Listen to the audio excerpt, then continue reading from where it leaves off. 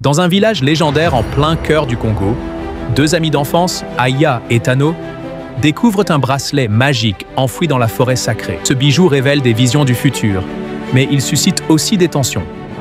Aya et Tano, deux amis inséparables, partent explorer la forêt sacrée malgré les interdits. Ils découvrent un bracelet doré mystérieux, gravé d'inscriptions anciennes. Aya, fascinée, insiste pour l'essayer malgré l'hésitation de Tano. Une fois porté, le bracelet provoque une vision où Aya est entourée de richesses et de pouvoir. Mais pour Tano, la vision montre un village en ruine. La scène est interrompue par Mama Kalua, la gardienne des traditions, qui leur ordonne de ne pas toucher davantage au bracelet. Elle leur explique qu'il s'agit d'un artefact ancien qui teste ceux qui le portent. Aya et Tano repartent avec des émotions partagées. Excitation pour Aya, appréhension pour Tano.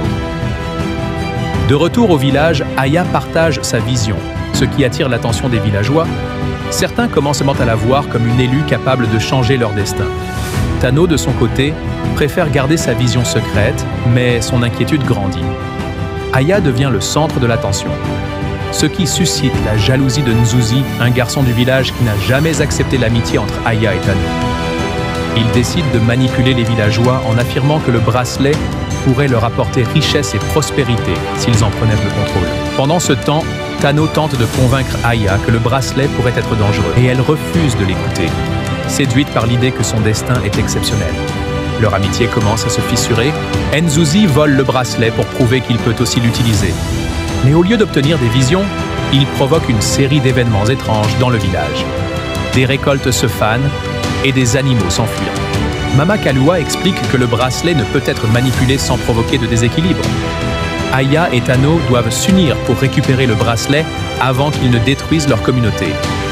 Ils se rendent dans la forêt sacrée, où ils rencontrent des épreuves mystiques qui testent leur courage et leur confiance mutuelle. À travers ces épreuves, ils commencent à comprendre que leur vision était incomplète. Elle ne montrait pas leur futur, mais les conséquences de leur choix. Aya et Tano récupèrent enfin le bracelet, mais ils sont confrontés à une dernière vision. Un village en paix, où ils travaillent ensemble pour unir leur communauté. Ils comprennent que le bracelet ne donne pas de pouvoir ou de richesse, mais qu'il reflète la force des relations humaines. De retour au village, Aya et Tano partagent leur expérience et rappellent aux habitants l'importance de l'unité.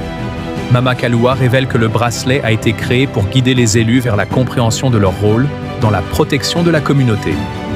Aya décide de le rendre à la forêt sacrée, scellant ainsi le lien profond entre elle, Tano et leur peuple. La série se termine avec Aya et Tano, plus proches que jamais, prêts à affronter l'avenir ensemble.